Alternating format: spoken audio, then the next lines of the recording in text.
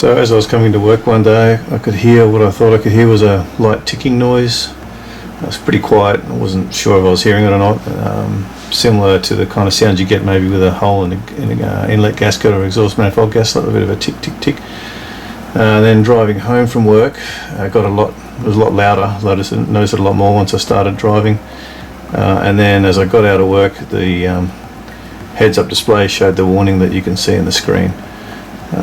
Then I pretty much noticed around the same time a significant loss of power in the car, and pretty much to the point where I had to put it into manual just to force it to kind of get the revs up and to take off and to move. It was pretty much had it, but I was able, using manual, to actually get the car home. Now the ticking noise that I was hearing can be caused by a couple of things. It could be the turbo, which it was, or it can be a break in the hose or a gasket. It can also make a very similar metallic ticking kind of noise, so I had hoped that was the problem. So I spent a fair bit of time checking the hoses and trying to see where the sound was coming from exactly, to get an idea if it was the turbo or a hose leak somewhere else. Inevitably I couldn't find an issue with the hose, so I started taking the turbo off and looking at getting a replacement. So to get to the turbo, I've got to do a few things. First, take this cover off, that just pops off, and get rid of your air filter. So that just pops off, as I said. To get the air filter off, undo this clamp, take off this clip, which is just squeeze these two together, and it slides off. To take out the air filter box, just got two things to undo. There's a Torx bolt here, and then just the nut in here. You take those two off, loosen this bracket, and then the whole unit will slide out. It actually slides in and out of a connection down there, but it just slides up and out, and then you're good to go.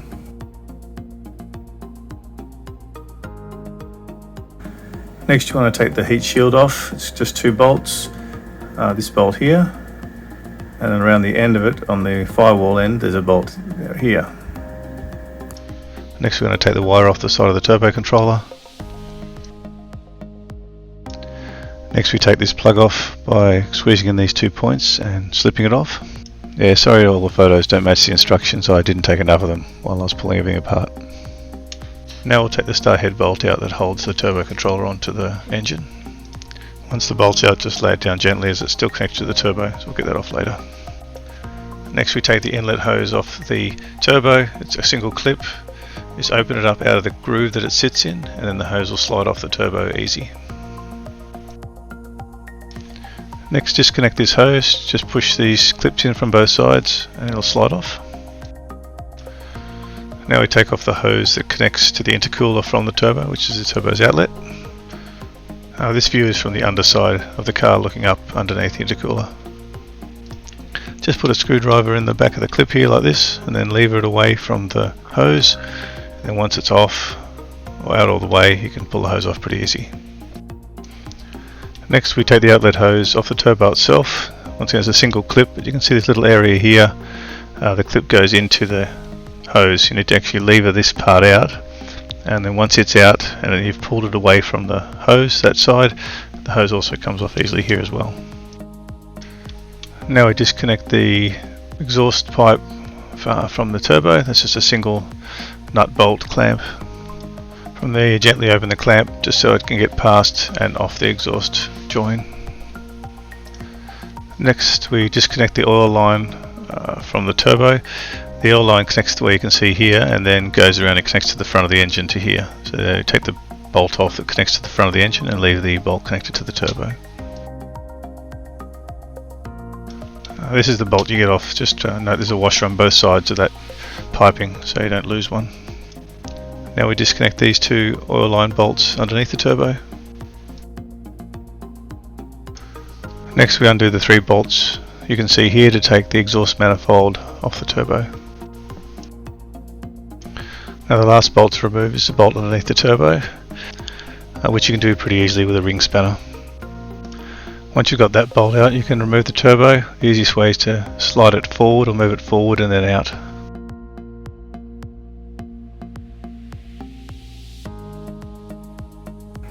One way to tell that your seals have gone on your turbo is through the slack or the easy spinning of your blades. So if you see when I spin it here, see I can spin it, there's actually continuous spinning. That shouldn't do that. There should be some form of seal which will cause friction so it doesn't spin that way. So if you look at the replacement turbo that I got, I'll do the same. So it stops quite quickly.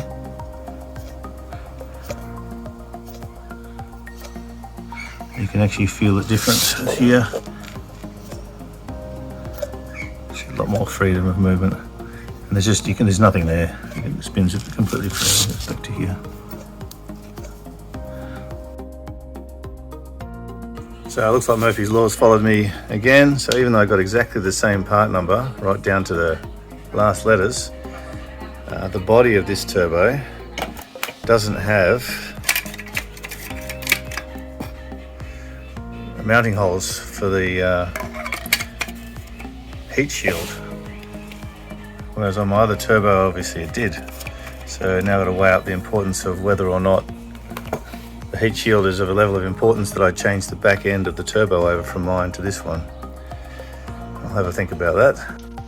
So after chatting with the diesel mech, I know it was a bit of a no-brainer. If it had a heat shield, you've got to put it back on there. The amount of heat coming off the turbo, it obviously was there to protect things around it in my car, so I need to change the back end, or otherwise known as a snail, for the turbo. So to take the housing off, you need to take these bolts off. They're really tight. I ended up having to use a long ring spanner and actually tap it with a hammer to actually loosen them. Once I did that, I just worked my way around and took them off. So once you've removed all the bolts and brackets, you'll be left with the turbo looking like this. From here, because it's a reasonably tight fit, you'll need to work your way around with the hammer. Just lightly tap these kinds of overhanging areas on both sides and it comes apart pretty easy doing it that way. And once you've got it apart, it'll look like this. So I've checked the numbers on the tops of these valve controller units, and they're the same part numbers, so I won't swap that over, thankfully. So once you've pulled apart both turbos and got the housings off, obviously put the housing you need or want onto the turbo that you want. You've got a alignment lug here on the housing, which my finger's pointing at, and then on the turbo itself you've got the indent, so just simply line those two up. Because there's still a bit of a gap here, and the gap will be closed by these nuts, do them up like you would do a car wheel. Just keep going diagonally around in a star shape, a bit at a time, just until it comes together. That'll avoid compressing or damaging the metal gaskets that are inside there. Now these screws need to be very tight. It was pretty much a long ring spanner and a hammer to undo them, just with the tapping, so they're quite tight. So obviously they don't need to be tightened up to a similar level. I don't know the torque setting for them, but I'm confident that just doing them very firm with a good size ring spanner and probably a small tap with a hammer again will put them back at the level needed. I've tried this a few times, and I think the best way to come in, because of the angle of the exhaust manifold, is in from the front. I have to get around that. So, get that out of the way. Oil line.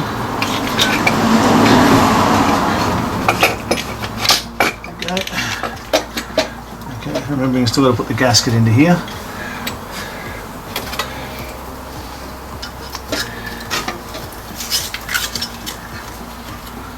Okay. Stay. Of course it's not gonna. That's always the way.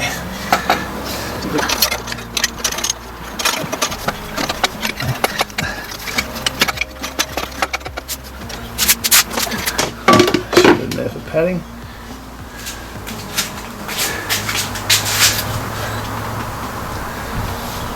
Okay.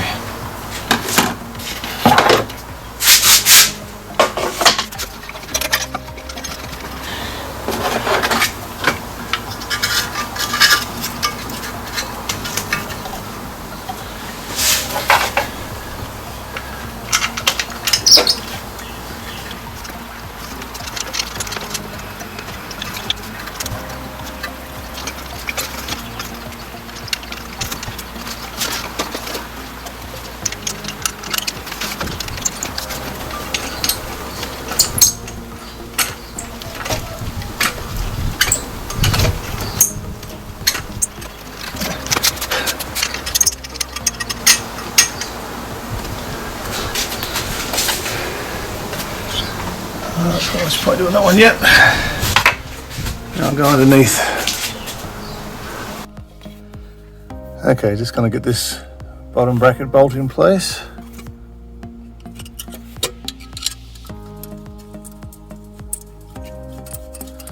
Oh, certainly lucky.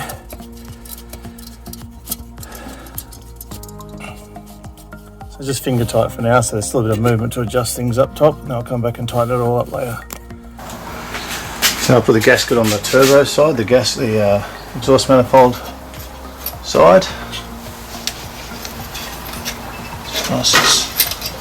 Nicely inside, with the prongs facing the turbo. Right. And the clamp.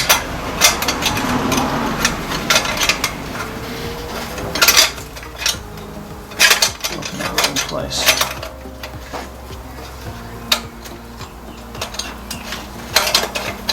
There you go. That's where having that movement is beneficial, so you can still get that all in place nicely.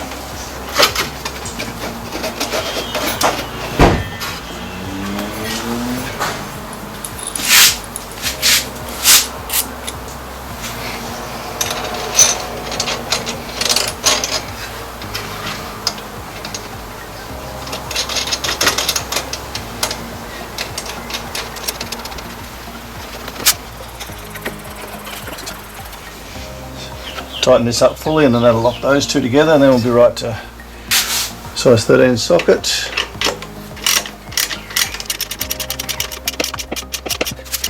Lucky easy now to tell how the taut or how much to go because of the clear thread from previously using it.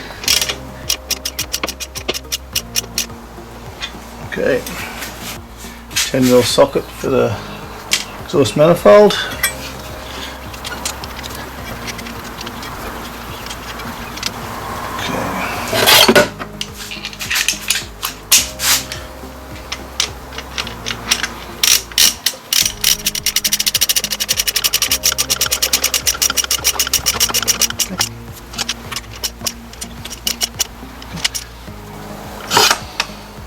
Another pretty tight bolt.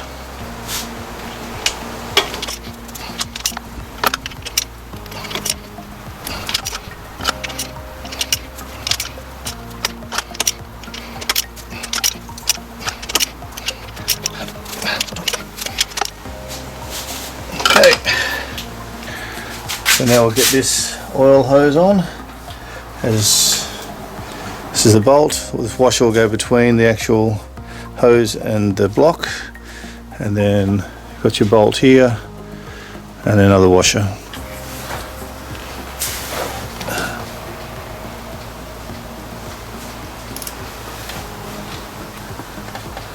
Try from this side. There's the hole there. Heaps easier from here.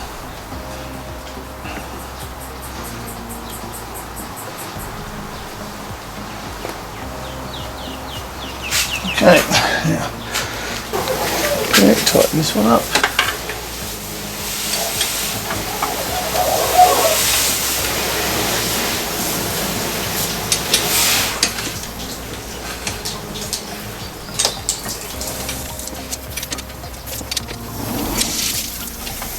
I have got copper washers, so don't go stupidly hard with the tightening. So I managed to forget to put this back on before putting the turbo in. Thankfully I can get a 14 socket onto ring spanner, 14 ring spanner onto that to do it up. But don't forget to, if you have to, put it on before you put the turbo on. I was a bit worried there I was going to have to take it all off again, but I can get in there and tighten it with the ring spanner. Thank goodness. Okay, 10mm for here.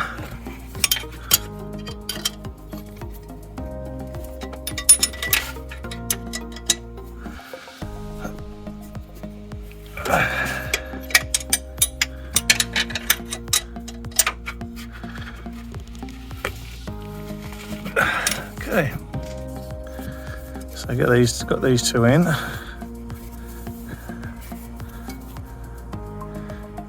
They're going pretty easily fingered once they're lined up well. Okay, just a 10mm socket on a small ratchet, nice and tight.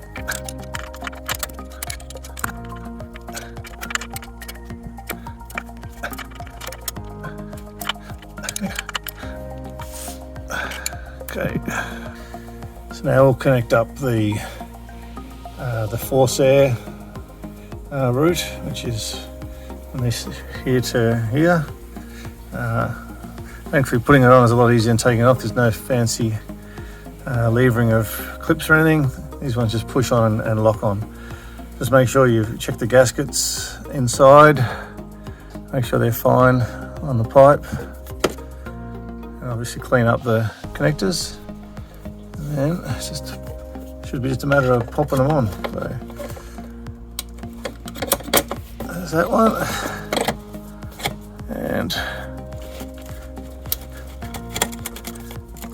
pop down out. That's it, done there and here. Love it, love it. Awesome when it's so easy. Now the intake and backfeed pipes connect. Just make sure you've got the clip in place here. Give it a wipe down and check your gasket and give it a wipe down, and then they should just clip on as well. Make sure, earlier I mentioned, check the gasket here.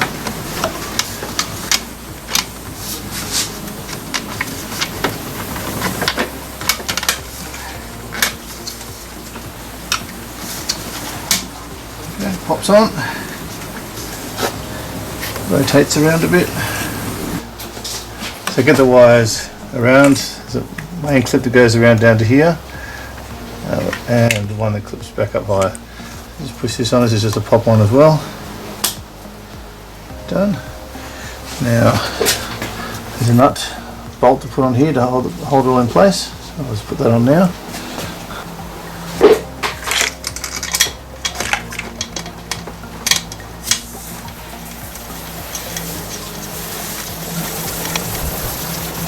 Okay, so it's a quarter, I don't know why the rest of the car's metric, but a quarter fits perfectly on here. 6 and 7s don't. So, done. Bring the wire around, got the clip here. You can see the conduit's pretty dead after some time. But it just pushes in to should push in and lock. And this just clips straight on. So next I put the shroud on, the heat shroud, heat shield. There is a bolt that goes in the end there, which I've already taken out.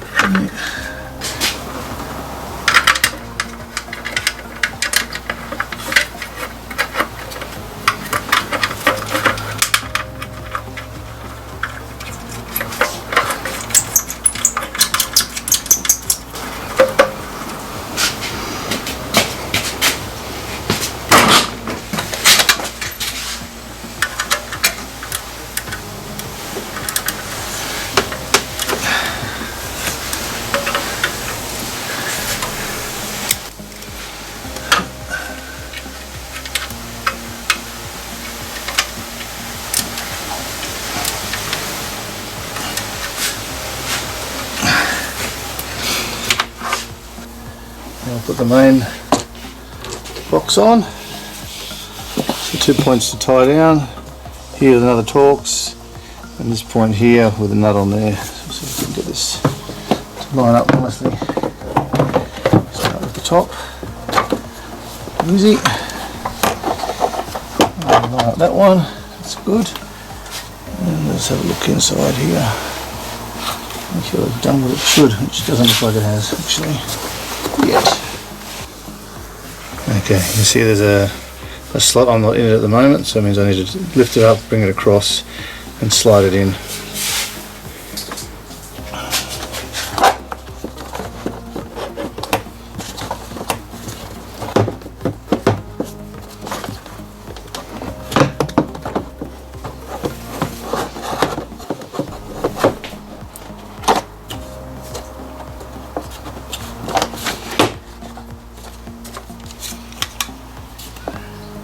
Okay, now that's slotted. Just have to tighten these things up. Okay. So it's quick and easy. It's a 6mm.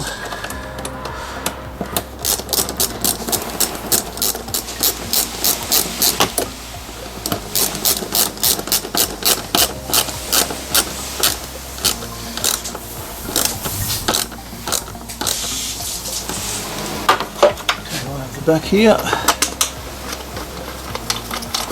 Torques.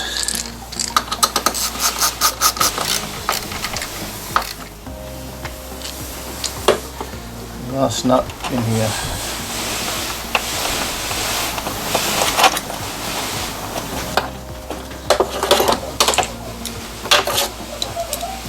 $10mm.